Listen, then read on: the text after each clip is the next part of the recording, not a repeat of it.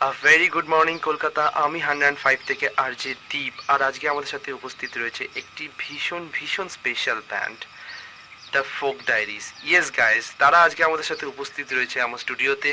চলুন তাদের কাছ থেকে শুনে নিই তাদের নতুন গান, তাদের নতুন কিছু প্ল্যানসের ব্যাপারে।